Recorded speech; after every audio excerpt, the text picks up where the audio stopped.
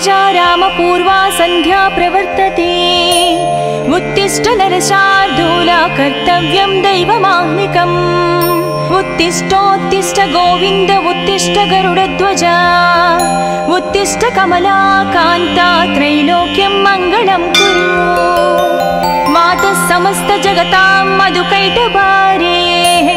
वक्षो विहारिणि मनोहर दिव्यमूर्ते श्री स्वामी निश्रित जनप्रिय दानशीले श्री वेंकटेश दयते तव सुप्रभातम् तव सुप्रभातमरविन्दलोचने भवतु प्रसन्नमुखचन्द्रमण्डले विधिशङ्करेन्द्रवनिताभिरर्चिते वृषशैलनाद दयते दयानिधे अत्र्यादिसप्तऋषयः समुपास्य सन्ध्याम् आकाशसिन्धुकमलानि मनोहराणि आदाय पादयुगमर्चयितं प्रपन्नाः शेषाद्रिशेखर विभो तव सुप्रभातम्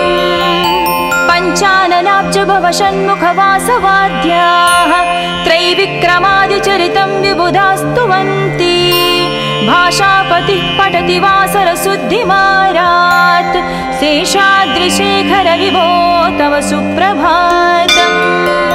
ईषत् प्रफुल्ल सरसीरुह नारिकेळ पूगद्रुमादि सुमनोहर पालिकानाम् आवाति मन्दमनिलसह दिव्यगन्धैः शेषाद्रिशेखर विभो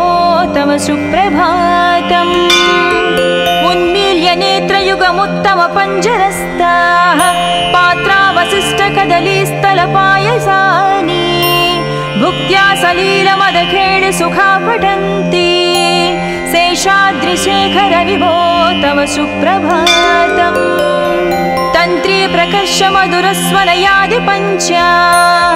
गायत्यनन्तचरितं तव नारदोऽपि भाषा समग्रमसरत्कृतचारुरम्यम् शेषाद्रिशेखर विभो तव सुप्रभातम् भृङ्गावळी च मकरन्दरसानुविद्ध जङ्कारगीतनिनदैः सह सेवनाय निर्यात्युपान्त सरसी कमलोदरेभ्यः शेषाद्रिशेखर विभो तव सुप्रभातम् योषा गणेन वरदत्नि विमध्यमाने गोशालयेषु दधिमन्थन तीव्रघोषाः रोषात् कलिं विदधते ककुपञ्चकुम्भाः शेषाद्रिशेखर विभो तव सुप्रभातम् पद्मेशमित्रशतपत्रगतालिवर्गाः हर्तुं श्रियं कुवलयस्य निजाङ्गलक्ष्म्याः भेरीनिनादमनबिभ्रति तीव्रनादां शेषाद्रिशेखर विभो तव सुप्रभातम् श्रीमन्नभीष्टवरदाखिल लोकबन्धो श्री श्रीनिवास जगदेकदयैकसिन्धो श्रीदेवता गुहभुजान्तर दिव्यमूर्ते श्रीवेङ्कटाचलपते तव सुप्रभातम् श्रीमन्नभीष्टवरदाखिल लोकबन्धो श्री श्रीनिवास जगदेश दयैकसिन्धो श्रीदेवता गृहभुजान्तर दिव्यमूर्ते श्रीवेङ्कटाचलपते तव सुप्रभातम् श्री स्वामी पुष्करिणिकाप्लव निर्मलाङ्गाः श्रेयाधिनो हर विरिञ्चि सनन्दनाद्याः द्वारे वसन्ति वरनेत्र हतोत्तमाङ्गाः श्रीवेङ्कटाचलपते तव सुप्रभातम् श्रीशेषशैल गरुडाचल वेङ्कटाद्रि नारायणाद्रि वृषभाद्रि वृषाद्रि मुख्या आख्यां त्वदीय वसतिरनिशं वदन्ति श्रीवेङ्कटाचलपते तव सुप्रभातम् सेवापराः शिवसुरेश कृशानुधर्म रक्षो भुराद पवमानदनादिनाद बद्धाञ्जलि प्रविलसन्निध शीर्षदेश श्रीवेङ्कटाचलपते तव सुप्रभातम् दाटीषुते विहगराज मृगाधिराज नागाधिराज गजराज हयाधिराज स्वस्वाधिकारमहमाधिकमर्दयन्ते तव सुप्रभातम् सूर्येन्दु भौम बुध वाक्पति काव्य सौर्य सद्भानुकेतु दिवि सत्परिसत्प्रधानाः त्वद्वासदापचरमावधि दासदासाः श्रीवेङ्कटाचलपते तव सुप्रभातम् तत्पादधूलिभरितस्फुरितोत्तमाङ्गा स्वर्गापवर्ग निरपेक्ष निजान्तरङ्गा कल्पागमाकलनया कुलताङ्गभन्ते श्रीवेङ्कटाचलपते तव सुप्रभातम् त्वद्गोपुराग्रशिखराणि निरीक्षमाणाः स्वर्गापवर्गपदवीं परमां श्रयन्तः मर्त्या मनुष्यभुवने मतिमाश्रयन्ते श्रीवेङ्कटाचलपते तव सुप्रभातम् श्रीभूमिनायक दयादिगुणामृताभे देवादिदेव जगदेश शरण्यमूर्ते श्रीमन्ननन्त गरुडाधिभिरर्चिताङ्घ्रे श्रीवेङ्कटाचलपते तव सुप्रभातम् श्रीपद्मनाभ पुरुषोत्तम वासुदेव वैकुण्ठमाधव जनार्दन चक्रपाणि श्रीवत्स चिह्न शरणागत पारिजात श्रीवेङ्कटाचलपते तव सुप्रभातम् कन्दर्पदर्पहर सुन्दर दिव्यमूर्ते कान्ताकुचाम्बुरुह कुट्मललोल दृष्टे कल्याण निर्मल गुणाकर दिव्यकीर्ते श्रीवेङ्कटाचलपते तव सुप्रभातम् मीनाकृते कमठकोल नृसिंहवर्णिन् स्वामिन् परस्वर तपोधन रामचन्द्र शेषांस राम यदुनन्दन कल्किरूप श्रीवेङ्कटाचलपते तव सुप्रभातम् येलालवङ्घगनसार सुगन्धितीर्थम् दिव्यं वियत्सरितु हेमघटेषु पूर्णम् धृत्वाद्धवैदिकशिखामणयः प्रहृष्टाः तिष्ठन्ति वेङ्कटपते तव सुप्रभातम्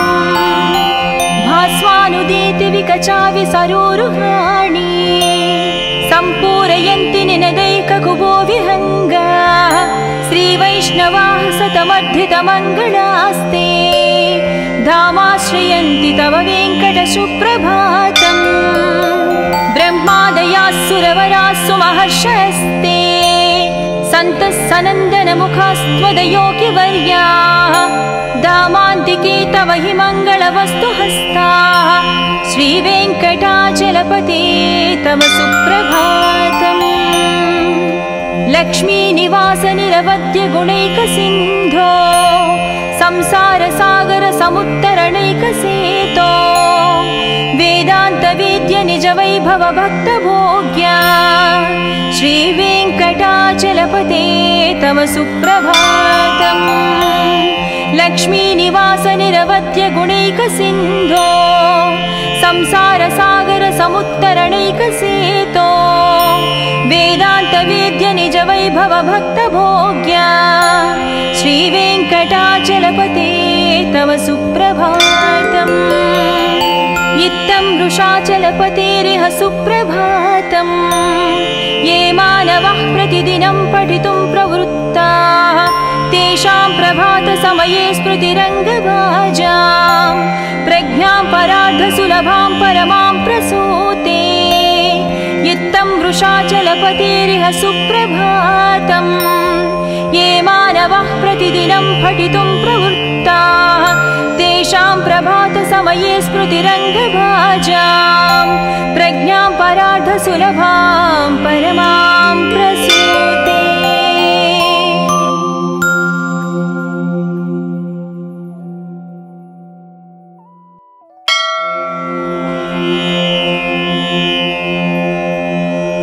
कौसल्या सुप्रजा रामपूर्वा सन्ध्या प्रवर्तते उत्तिष्ठ नरशार्दूला कर्तव्यं दैवमाह्निकम् उत्तिष्ठोत्तिष्ठ गोविन्द उत्तिष्ठ गरुडध्वजा उत्तिष्ठ कमला कान्ता त्रैलोक्यं मङ्गलं कुरु मातः समस्त जगतां मधुकैटभारेः वक्षो विहारिणि मनोहर दिव्यमूर्ते श्री स्वामी निश्रित जनप्रिय दानशीले श्री वेंकटेश दयते तव सुप्रभातम् तव सुप्रभातमरविन्दलोचने भवतु प्रसन्नमुखचन्द्रमण्डले विधिशङ्करेन्द्रवनिताभिरर्चिते वृषशैलनाददयते दयानिधे अत्र्यादिसप्तऋषयः समुपास्य सन्ध्याम् आकाशसिन्धुकमलानि मनोहराणि आदाय पादयुगमर्चयितं प्रपन्नाः शेषाद्रिशेखर विभो तव सुप्रभातम् पञ्चाननाब्ज भवषण्मुखवासवाद्याः त्रैविक्रमादिचरितं विबुधास्तुवन्ति भाषापतिः पठति वासरशुद्धिमारात् शेषाद्रिशेखर विभो तव सुप्रभातम् ईशत्प्रफुल्लसरसीरुह नारिकेळपूगद्रुमादि सुमनोहर पालिकानाम् आवाति मन्दमनिलसह दिव्यगन्धैः शेषाद्रिशेखर विभो तव सुप्रभातम् उन्मील्य नेत्रयुगमुत्तम पञ्जरस्ताः पात्रावशिष्टकदलीस्थलपायसानि भुक्त्या सलीलमदखेळ सुखा पठन्ति शेषाद्रिशेखर विभो तव सुप्रभातम् तन्त्री प्रकर्ष मधुरस्वनयादि पञ्च गायत्यनन्तचरितं तव नारदोऽपि भाषा समग्रमसरत्कृतचारुरम्यम् शेषाद्रिशेखर विभो तव सुप्रभातम् भृङ्गावळी च मकरन्दरसानुविद्धझङ्कारगीतनिनदैः सह सेवनाय निर्यात्युपान्तसरसी कमलोदरेभ्यः शेषाद्रिशेखर विभो तव सुप्रभातम् योषा गणेन वरदत्नि विमध्यमाने गोशालयेषु दधिमन्थन तीव्रघोषाः रोषात् कलिं विदधते ककुपञ्चकुम्भाः शेषाद्रिशेखर विभो तव सुप्रभातम् पद्मे समित्रशतपत्रगतालिवर्गाः हर्तुं श्रियं कुवलयस्य निजाङ्गलक्ष्म्याः भेरीनिनादमनबिभ्रति तीव्रनादाम् शेषाद्रिशेखर विभो तव सुप्रभातम् श्रीमन्नभीष्टवरदा किल लोकबन्धो श्री श्रीनिवास जगदेकदयैकसिन्धो श्रीदेवता गुहभुजान्तर दिव्यमूर्ते श्रीवेङ्कटाचलपते तव सुप्रभातम् श्रीमन्नभीष्टवरदा किल लोकबन्धो श्री श्रीनिवास जगदेश दयैकसिन्धो श्रीदेवता गृहभुजान्तर दिव्यमूर्ते श्रीवेङ्कटाचलपते तव सुप्रभातम् श्री स्वामी पुष्करिणिकाप्लव निर्मलाङ्गाः श्रेयाधिनो हर विरिञ्चि सनन्दनाद्याः द्वारे वसन्ति वरनेत्रहतोत्तमाङ्गाः श्रीवेङ्कटाचलपते तव सुप्रभातम् श्रीशेषशैलगरुडाचल वेङ्कटाद्रि नारायणाद्रि वृषभाद्रिवृषाद्रिमुख्या आख्यां त्वदीय वसतिरनिशं वदन्ति श्रीवेङ्कटाचलपते तव सुप्रभातम् सेवापराः शिवसुरेश कृशानुधर्म रक्षो भुराद पवमानदनादिनाद बद्धाञ्जलिप्रविलसन्निध शीर्षदेश श्रीवेङ्कटाचलपते तव सुप्रभातम् दाटीषु ते विहगराज मृगाधिराज नागाधिराज गजराज हयाधिराज स्वस्वाधिकारमहमाधिकमर्दयन्ते श्रीवेङ्कटाचलपते तव सुप्रभातम् सूर्येन्दुभौमबुधवाक्पति काव्यसौरि सद्भानुकेतु दिवि सत्परिसत्प्रधानाः त्वद्वासदापचरमावधिदासदासाः श्रीवेङ्कटाचलपते सुप्रभातम् तत्पादधूलिभरितस्फुरितोत्तमाङ्गा स्वर्गापवर्गनिरपेक्ष निजान्तरङ्गा कल्पागमाकलनया कुलताङ्गभन्ते श्रीवेङ्कटाचलपते तव सुप्रभातम् त्वद्गोपुराग्रशिखराणि निरीक्षमाणाः स्वर्गापवर्गपदवीं परमां श्रयन्तः मध्या मनुष्यभुवने मतिमाश्रयन्ते श्रीवेङ्कटाचलपते तव सुप्रभातम् श्रीभूमिनायक दयादिगुणामृताभे देवादिदेव जगदेश शरण्यमूर्ते श्रीमन्ननन्त गरुडाधिभिरर्चिताङ्ग्रे श्रीवेङ्कटाचलपते तव सुप्रभातम् श्रीपद्मनाभ पुरुषोत्तम वासुदेव वैकुण्ठमाधव जनार्दन चक्रपाणे श्रीवत्स चिह्न शरणागत पारिजात श्रीवेङ्कटाचलपते तव सुप्रभातम् कंदर्पदर्पहर सुंदर दिव्यमूर्ते कांताकुचाम्बुरुह कुट्मललोल दृष्टे कल्याण निर्मल गुणाकर दिव्यकीर्ते श्रीवेङ्कटाचलपते तव सुप्रभातम् मीनाकृते कमठकोल नृसिंहवर्णिन् स्वामिन् परस्वर तपोधर रामचन्द्र शेषांस राम यदुनन्दन कल्किरूप श्रीवेङ्कटाचलपते तव सुप्रभातम् येलालवङ्घगनसार सुगन्धितीर्थम्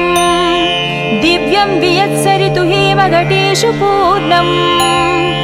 धृत्वाद्धवैदिकशिखामणयः प्रहृष्टाः तिष्ठन्ति वेङ्कटपते तव सुप्रभातम् भास्वानुदीति विकचावि सरोरुहाणि सम्पूरयन्ति निनदैककुभो विहङ्गाः श्रीवैष्णवाः सतमर्धितमङ्गलास्ते धामाश्रयन्ति तव वेङ्कट सुप्रभातम् ब्रह्मादयाः सुरवराः सुमहर्षयस्ते सन्तः सनन्दनमुखास्त्वदयोगिवर्याः धामान्तिके तव हि मङ्गलवस्तुहस्ताः श्रीवेङ्कटाचलपते तव सुप्रभातम् लक्ष्मीनिवास निरवद्य गुणैकसिन्धो संसारसागर समुत्तरणैकसेतो वेदान्तवेद्य निज वैभव भक्तभोग्या श्रीवेङ्कटाचलपते तव सुप्रभातम् लक्ष्मीनिवास निरवद्य गुणैकसिन्धो संसारसागर समुत्तरणैकसेतो वेदान्तवेद्य निज वैभव भक्तभोग्या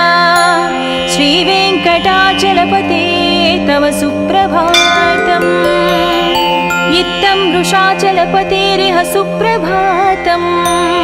ये मानवः प्रतिदिनं पठितुं प्रवृत्ताः तेषां प्रभातसमये स्मृतिरङ्गभाजां प्रज्ञां परार्धसुलभां परमां प्रसूते इत्थं वृषाचलपतेरिह सुप्रभातम्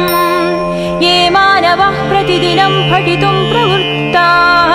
तेषां प्रभातसमये स्मृतिरङ्गभाजां प्रज्ञां परार्धसुलभां परमां प्रसूते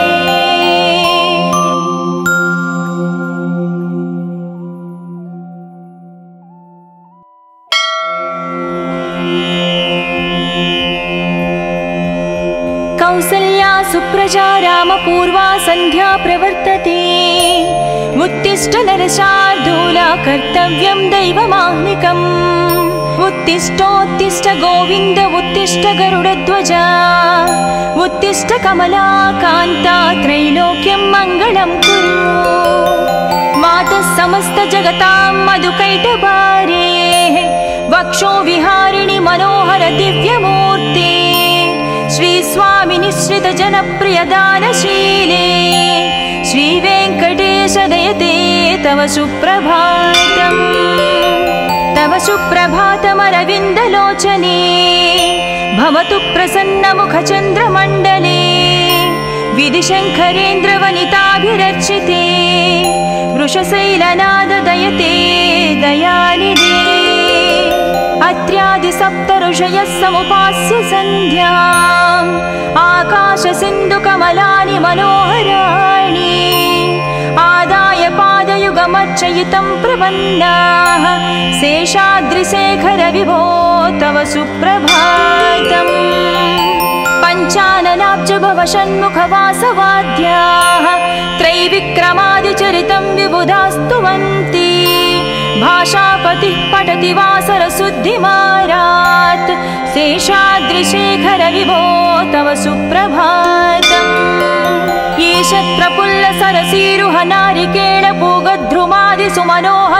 ईशत्रपुल्लसरसीरुहनारिकेळपूगध्रुमादिसुमनोहरपालिकानाम् आवाति मन्दमनिलसह दिव्यगन्धैः शेषाद्रिशेखरविभो तव सुप्रभातम् उन्मील्य नेत्रयुगमुत्तमपञ्जरस्ताः पात्रावशिष्टकदलीस्थलपायसानि भुक्त्या सलीलमदखेळि सुखा पठन्ति शेषाद्रिशेखरविभो तव सुप्रभातम् तन्त्री प्रकर्षमधुरस्वनयादिपञ्चा गायत्यनन्तचरितं तव नारदोऽपि भाषा समग्रमसरत्कृतचारुरम्यम् शेषाद्रिशेखरविभो तव सुप्रभातम् भृङ्गावळी च मकरन्दरसानुविद्धझङ्कारगीतनिनदैः सह सेवनाय निर्यात्युपान्तसरसीकमलोदरेभ्यः शेषाद्रिशेखरविभो तव सुप्रभातम् योषागणेन वरदत्नि विमध्यमाने गोशालयेषु दधिमन्थनतीव्रघोषाः रोषात् कलिं विदधते ककुपञ्चकुम्भाः शेषाद्रिशेखरविभो तव सुप्रभातम् पद्मेशमित्रशतपत्रगतालिवर्गाः हर्तुं श्रियं कुवलयस्य निजाङ्गलक्ष्म्याः भेरीनिनादमनबिभ्रति तीव्रनादाम् शेषाद्रिशेखरविभो तव सुप्रभातम् श्रीमन्नभीष्टवरदाखिल लोकबन्धो श्री श्रीनिवास जगदेकदयैकसिन्धो श्रीदेवता गुहभुजान्तर दिव्यमूर्ते श्रीवेङ्कटाचलपते तव सुप्रभातम् श्रीमन्नभीष्टवरदाखिल लोकबन्धो श्री श्रीनिवास जगदेश दयैकसिन्धो श्रीदेवता गृहभुजान्तर दिव्यमूर्ते श्रीवेङ्कटाचलपते तव सुप्रभातम्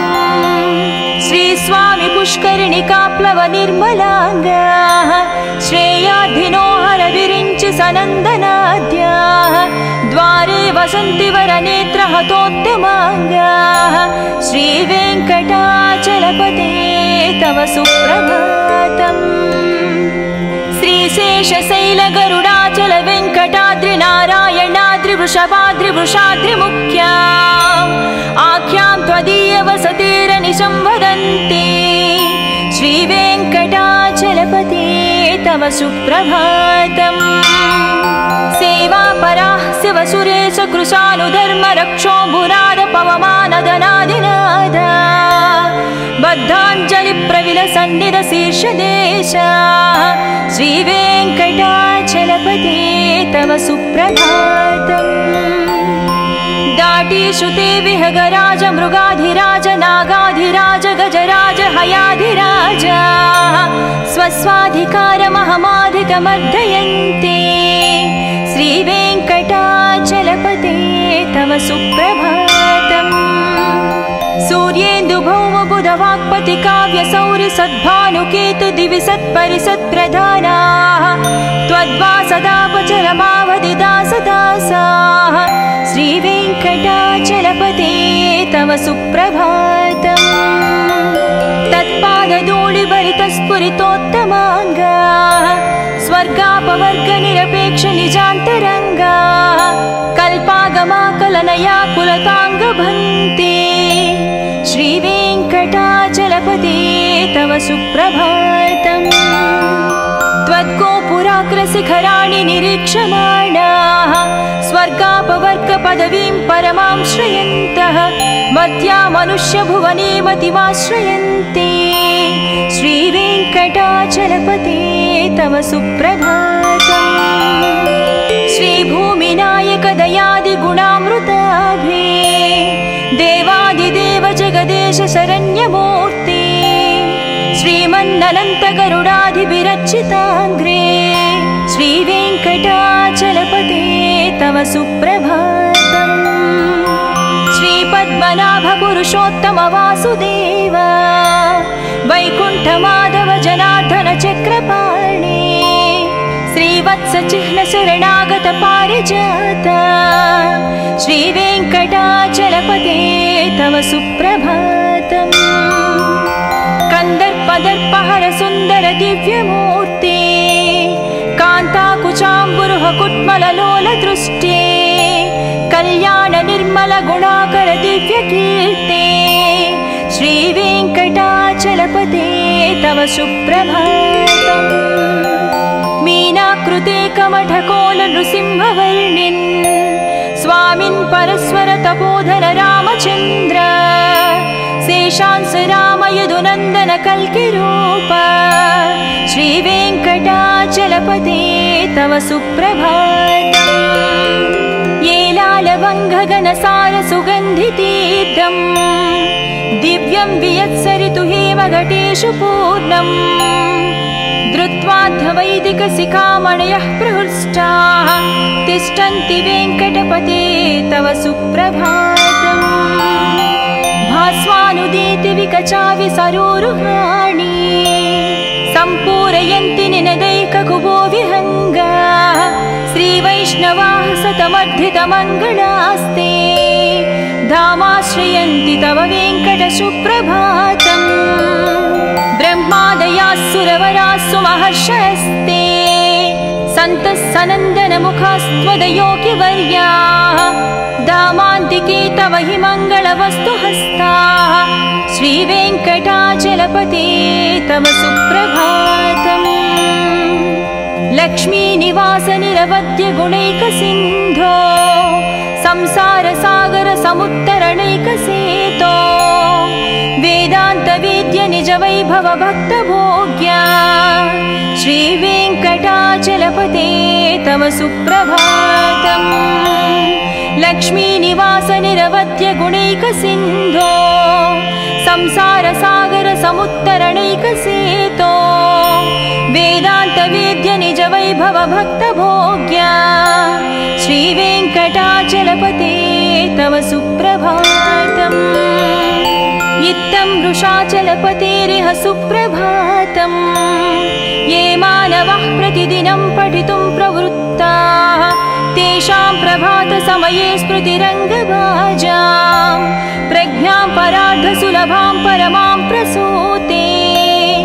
इत्थं वृषाचलपतेरिह सुप्रभातम् ये मानवः प्रतिदिनं पठितुं प्रवृत्ताः तेषां प्रभातसमये स्मृतिरङ्गभाजां प्रज्ञां परार्धसुलभां परमां प्रसूते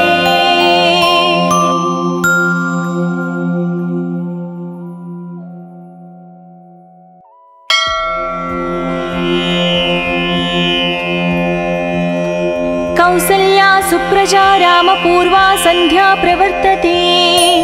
उत्तिष्ठ नरशार्दूला कर्तव्यं दैवमाह्निकम् उत्तिष्ठोत्तिष्ठ गोविन्द उत्तिष्ठ गरुडध्वजा उत्तिष्ठ कमलाकान्ता त्रैलोक्यं मङ्गलं कुरु मातः समस्त जगतां मधुकैटभारे वक्षो विहारिणि मनोहर दिव्यमूर्ते श्री स्वामी निश्रित जनप्रिय दानशीले श्री वेङ्कटेश दयते तव सुप्रभातम् तव सुप्रभातमरविन्दलोचने भवतु प्रसन्नमुखचन्द्रमण्डले विधिशङ्करेन्द्रवनिताभिरर्चिते वृषशैलनाद दयते दयानिधे अत्र्यादि सप्त ऋषयः समुपास्य सन्ध्याम् आकाशसिन्धुकमलानि मनोहराणि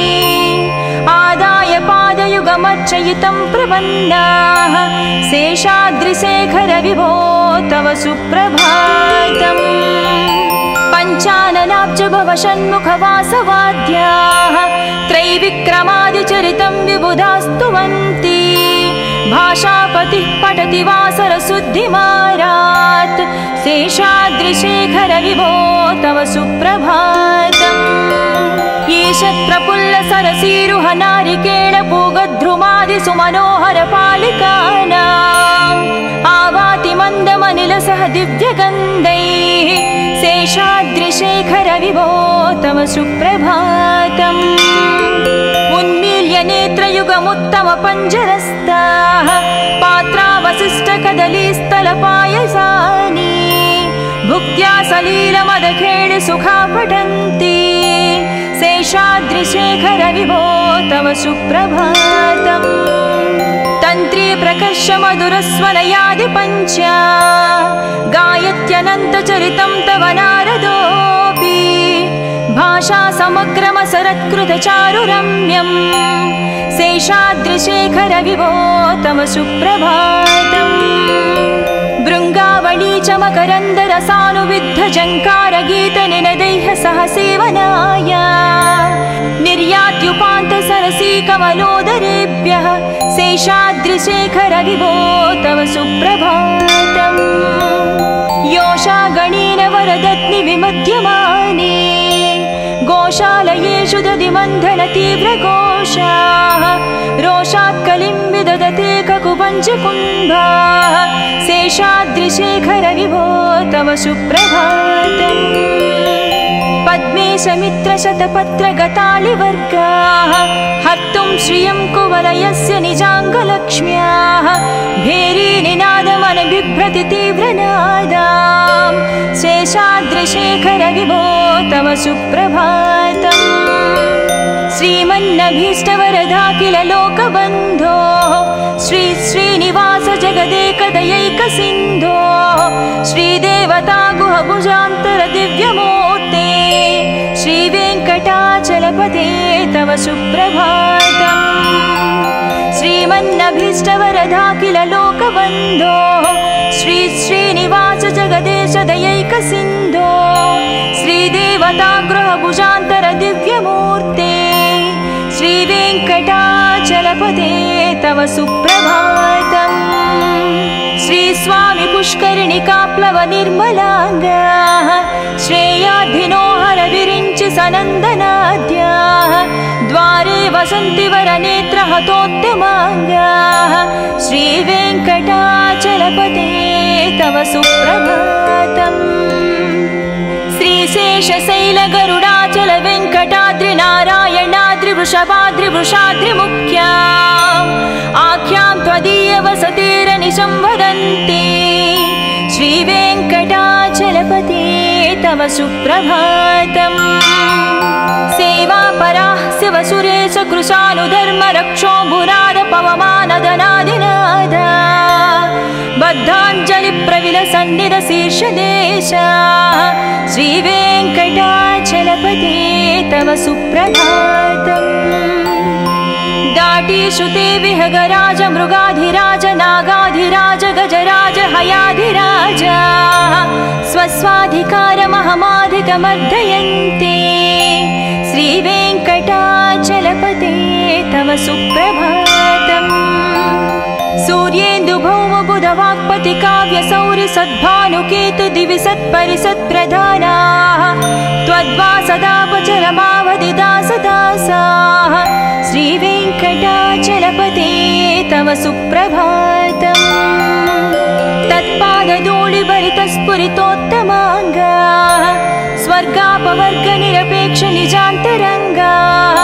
कल्पागमाकलनया कुलताङ्गभन्ते श्रीवेङ्कटाचलपते तव सुप्रभातम् त्वद्गोपुराग्रशिखराणि निरीक्षमाणाः स्वर्गापवर्गपदवीं परमां श्रयन्तः मर्त्या मनुष्यभुवने मतिमाश्रयन्ते श्री सुप्रभातम् श्रीभूमिनायक दयादिगुणामृताभे देवादिदेव जगदेश शरण्यमूर्ते श्रीमन्ननन्त गरुडाधिविरचिताग्रे श्रीवेङ्कटाचलपते तव सुप्रभातम् श्रीपद्मनाभ पुरुषोत्तम वासुदेव वैकुण्ठमाधव जनार्दन चक्रपाणे श्रीवत्स चिह्न शरणागत पारिजात श्रीवेङ्कटाचलपते तव सुप्रभातम् कंदर्पदर्पहर सुंदर दिव्यमूर्ते कान्ताकुचाम्बुरुह कुट्मललोल दृष्टे कल्याण निर्मल गुणाकर दिव्यकीर्ते श्रीवेङ्कटाचलपते तव सुप्रभातम् मीनाकृते कमठकोल नृसिंहवर्णिन् स्वामिन् परस्वर तपोधन रामचन्द्र शेषांस राम यदुनन्दन कल्किरूप श्रीवेङ्कटाचलपते तव सुप्रभातम् येलालवङ्घगणसार सुगन्धितीर्थम् दिव्यं वियत्सरितु हेमघटेषु पूर्णम् धृत्वाध्वैदिकशिखामणयः प्रहृष्टाः तिष्ठन्ति वेङ्कटपते तव सुप्रभातम् भास्वानुदीति विकचाविसरोरुहाणि सम्पूरयन्ति निनदैककुबो विहङ्गा श्रीवैष्णवाः सतमर्धितमङ्गलास्ते धामाश्रयन्ति तव वेङ्कटसुप्रभातम् ब्रह्मादयास्सुरवरास्सु महर्षयस्ते सन्तः सनन्दनमुखास्त्वदयोगिवर्याः दामान्तिके तव हि मङ्गलवस्तुहस्ताः श्रीवेङ्कटाचलपते तव सुप्रभातम् लक्ष्मीनिवास निरवद्य गुणैकसिन्धो संसारसागर समुत्तरणैकसेतो वेदान्तवेद्य निज वैभव भक्तभोग्या श्रीवेङ्कटाचलपते तव सुप्रभातम् लक्ष्मीनिवास निरवद्य गुणैकसिन्धो संसारसागर समुत्तरणैकसेतो वेदान्तवेद्य निज वैभव भक्तभोग्या श्रीवेङ्कटाचलपते तव सुप्रभातम् इत्थं वृषाचलपतेरिह सुप्रभातम् ये मानवः प्रतिदिनं पठितुं प्रवृत्ताः तेषां प्रभातसमये स्मृतिरङ्गभाजां प्रज्ञां परार्धसुलभां परमां प्रसूते इत्थं वृषाचलपतेरिह सुप्रभातम् ये मानवः प्रतिदिनं पठितुं प्रवृत्ताः तेषां प्रभातसमये स्मृतिरङ्गभाजां प्रज्ञां परार्धसुलभां परमां प्रसूते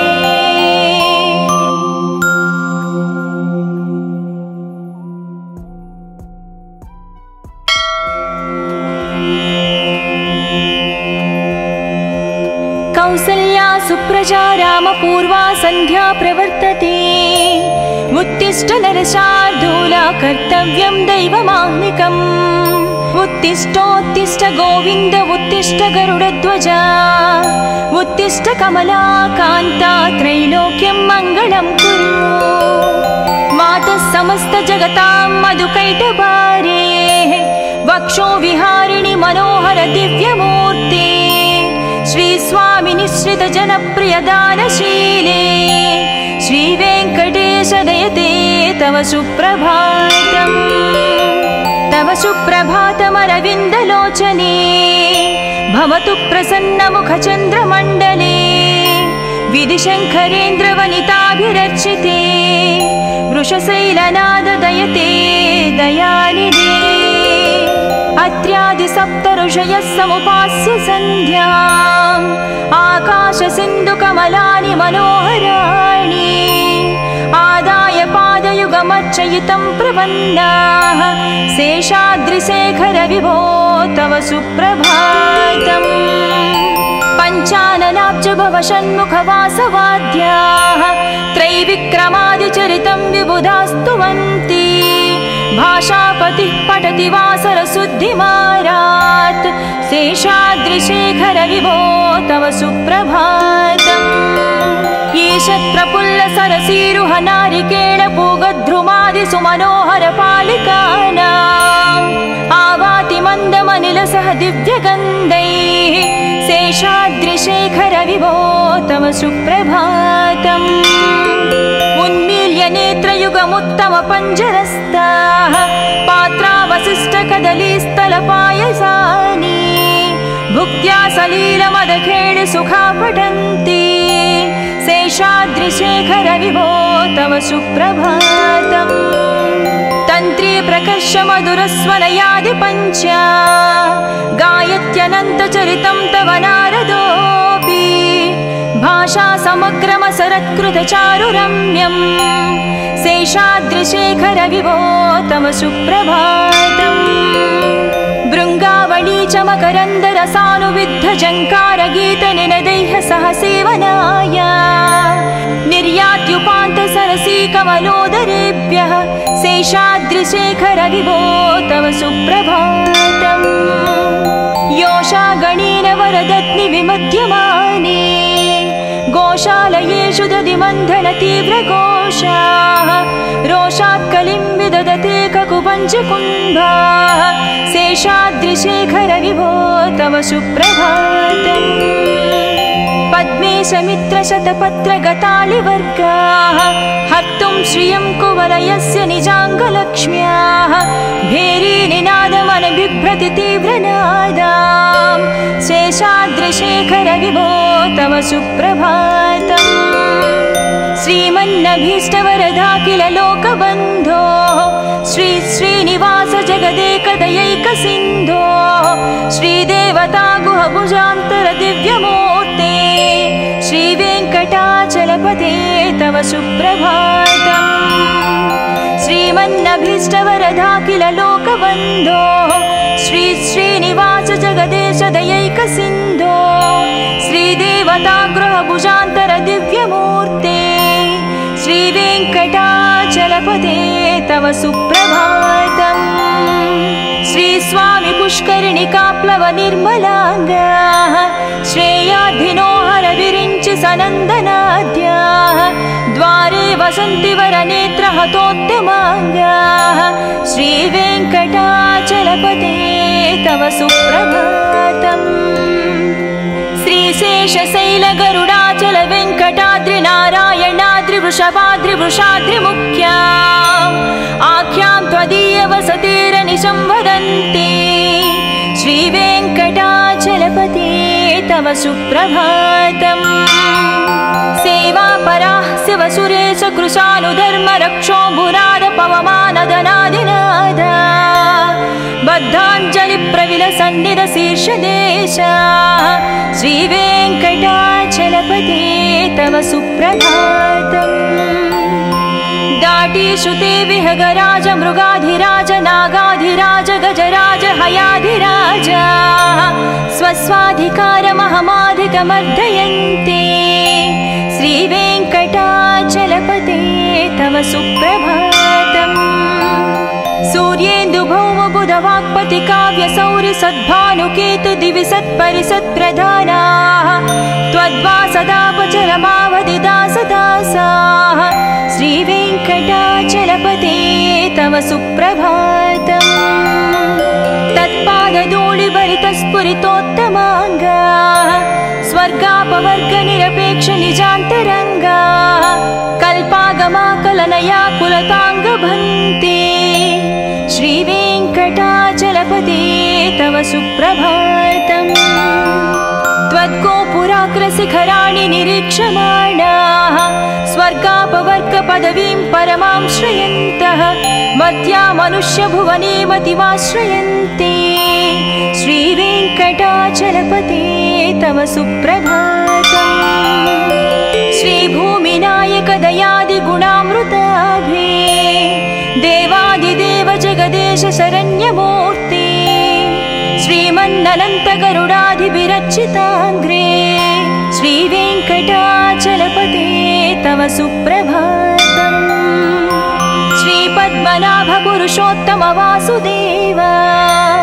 वैकुण्ठमाधव जनार्दन चक्रपाणि श्रीवत्स चिह्न शरणागत पारिजात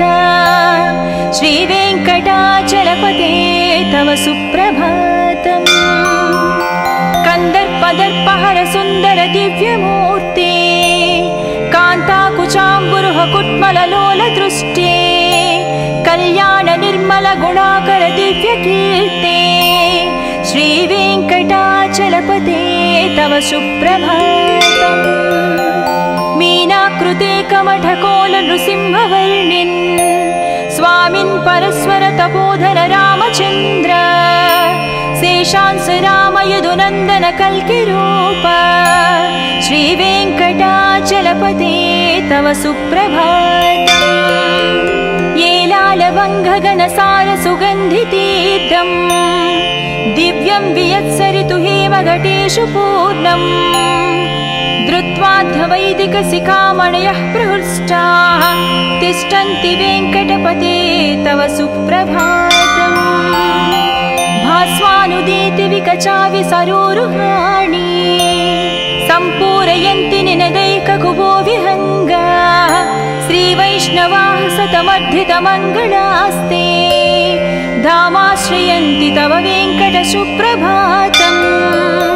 ब्रह्मादयास्सुरवरास्सु महर्षयस्ते सन्तः सनन्दनमुखास्त्वदयोगिवर्याः दामान्तिके तव हि मङ्गलवस्तुहस्ताः श्रीवेङ्कटाचलपते तव सुप्रभातम्। लक्ष्मीनिवास निरवध्य गुणैकसिन्धो संसारसागर समुत्तरणैकसेतो वेदान्तवेद्य निज वैभव भक्तभोग्या श्रीवेङ्कटाचलपते तव सुप्रभातम्। लक्ष्मीनिवास निरवध्य गुणैकसिन्धो संसारसागर समुत्तरणैकसेतो वेदान्तवेद्य निज वैभव भक्तभोग्या श्रीवेङ्कटाचलपते तव सुप्रभातम्। इत्थं वृषाचलपतेरिह सुप्रभातम्। ये मानवः प्रतिदिनं पठितुं प्रवृत्ताः तेषां प्रभातसमये स्मृतिरङ्गभाजां प्रज्ञां परार्धसुलभां परमां प्रसूते। इत्थं वृषाचलपतेरिह सुप्रभातम्। ये मानवः प्रतिदिनं पठितुं प्रवृत्ताः तेषां प्रभातसमये स्मृतिरङ्गभाजां प्रज्ञां परार्धसुलभां परमां प्रसूते।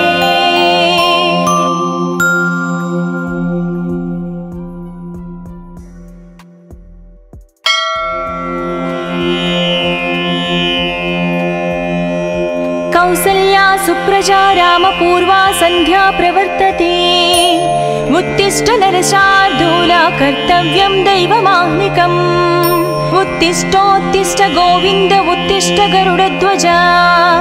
उत्तिष्ठ कमलाकान्ता त्रैलोक्यं मङ्गलं कुरु। मातः समस्त जगतां मधुकैटभारेः वक्षो विहारिणि मनोहर दिव्यमूर्ते श्रीस्वामि निश्रित जनप्रिय दानशीले श्रीवेङ्कटेश दयते तव सुप्रभातम्। तव सुप्रभातमरविन्दलोचने भवतु प्रसन्नमुखचन्द्रमण्डले विधिशङ्करेन्द्रवनिताभिरर्चिते वृषशैलनाद दयते दयानिधे। अत्र्यादिसप्त ऋषयः समुपास्य सन्ध्याम् आकाशसिन्धुकमलानि मनोहराणि आदाय पादयुगमर्चयितं प्रपन्नाः शेषाद्रिशेखर विभो तव सुप्रभातम्। पञ्चाननाब्ज भव षण्मुखवासवाद्याः त्रैविक्रमादिचरितं विबुधास्तुवन्ति भाषापतिः पठति वासरशुद्धिमारात् शेषाद्रिशेखर विभो तव सुप्रभातम्। ईशत् प्रफुल्ल सरसीरुह नारिकेळ सुमनोहर पालिकानाम् आवाति मन्दमनिलसह दिव्यगन्धैः शेषाद्रिशेखर विभो तव सुप्रभातम् उन्मील्य नेत्रयुगमुत्तम पञ्जरस्ताः पात्रावशिष्टकदलीस्थलपायसानि भुक्त्या सलीलमदखेळ सुखा पठन्ति शेषाद्रिशेखर विभो तव सुप्रभातम् तन्त्री प्रकर्ष मधुरस्वनयादि पञ्च गायत्यनन्तचरितं तव नारदोऽपि भाषा समग्रमसरत्कृतचारुरम्यम् शेषाद्रिशेखर विभो तव सुप्रभातम् भृङ्गावळी च मकरन्दरसानुविद्ध जङ्कारगीतनिनदैः सह सेवनाय निर्यात्युपान्तसरसी कमलोदरेभ्यः शेषाद्रिशेखर विभो तव सुप्रभातम् योषा गणेन वरदत्नि विमध्यमाने गोशालयेषु दधिमन्थन तीव्रघोषाः रोषात् कलिं विदधते ककुपञ्चकुम्भाः शेषाद्रिशेखर विभो तव सुप्रभातम् पद्मेशमित्रशतपत्रगतालिवर्गाः हर्तुं श्रियं कुवलयस्य निजाङ्गलक्ष्म्याः भेरीनिनादमनबिभ्रति तीव्रनादां शेषाद्रिशेखर विभो तव सुप्रभातम् श्रीमन्नभीष्टवरदाखिल लोकबन्धो श्री श्रीनिवास जगदेकदयैकसिन्धो श्रीदेवता गुहभुजान्तर दिव्यमूर्ते श्रीवेङ्कटाचलपते तव सुप्रभातम् श्रीमन्नभीष्टवरदाखिल लोकबन्धो श्री श्रीनिवास जगदेश दयैकसिन्धो श्रीदेवता गृहभुजान्तर दिव्यमूर्ते श्रीवेङ्कटाचलपते तव सुप्रभातम् श्रीस्वामि पुष्करिणिकाप्लव निर्मलाङ्गाः श्रेयाधिनोहर विरिञ्चि सनन्दनाद्याः द्वारे वसन्ति वरनेत्रहतोत्तमाङ्गाः श्रीवेङ्कटाचलपते तव सुप्रभातम् श्रीशेषशैलगरुडाचल वेङ्कटाद्रि नारायणाद्रि वृषभाद्रि वृषाद्रिमुख्या आख्यां त्वदीयवसतिरनिशं वदन्ति श्रीवेङ्कटाचलपते तव सुप्रभातम् सेवापराः शिवसुरेश कृशानुधर्म रक्षोऽम्बुनाद पवमानदनादिनाद बद्धाञ्जलिप्रविलसन्निध शीर्षदेशाः श्रीवेङ्कटाचलपते तव सुप्रभातम् दाटीषुते विहगराज मृगाधिराज नागाधिराज गजराज हयाधिराज स्वस्वाधिकारमहमाधिकमर्दयन्ते श्रीवेङ्कटाचलपते तव सुप्रभातम् सूर्येन्दुभौमबुधवाक्पति काव्यसौरि सद्भानुकेतु दिवि सत्परिसत्प्रधानाः त्वद्वासदापचरमावधि दासदासाः श्रीवेङ्कटाचलपते तव सुप्रभातम् तत्पादधूलिभरितस्फुरितोत्तमाङ्गाः स्वर्गापवर्गनिरपेक्ष निजान्तरङ्गाः कल्पागमाकलनया कुलताङ्गभन्ते श्रीवेङ्कटाचलपते तव सुप्रभातम् त्वद्गोपुराग्रशिखराणि निरीक्षमाणाः स्वर्गापवर्गपदवीं परमां श्रयन्तः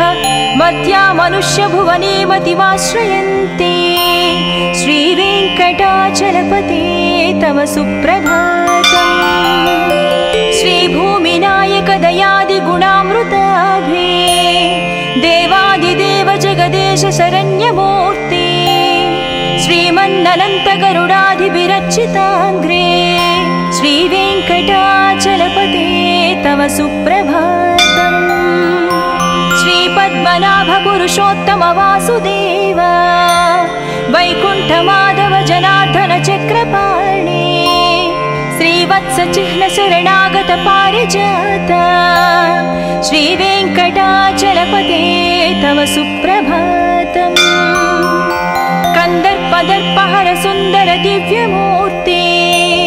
कान्ताकुचाम्बुरुह कुट्मललोल दृष्टे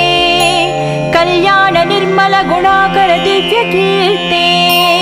श्रीवेङ्कटाचलपते तव सुप्रभातम् मीनाकृते कमठकोल नृसिंहवर्णिन् स्वामिन् परस्वर तपोधर रामचन्द्र शेषांस राम यदुनन्दन कल्किरूप श्रीवेङ्कटाचलपते तव सुप्रभातम्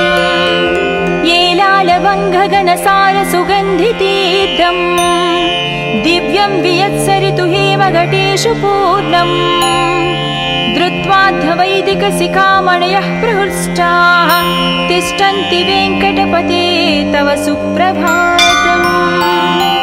भास्वानुदीति विकचाविसरोरुहाणि सम्पूरयन्ति निनदैककुबो विहङ्गाः श्रीवैष्णवाः सतमर्धितमङ्गलास्ते धामाश्रयन्ति तव वेङ्कट सुप्रभातम् ब्रह्मादयास्सुरवरास्सु महर्षयस्ते सन्तः सनन्दनमुखास्त्वदयोगिवर्याः धामान्तिके तव हि मङ्गलवस्तु हस्ताः श्रीवेङ्कटाचलपते तव सुप्रभातम् लक्ष्मीनिवास निरवद्य गुणैकसिन्धो संसारसागर समुत्तरणैकसेतो वेदान्तवेद्य निज वैभव भक्तभोग्या श्रीवेङ्कटाचलपते तव सुप्रभातम् लक्ष्मीनिवास निरवद्य गुणैकसिन्धो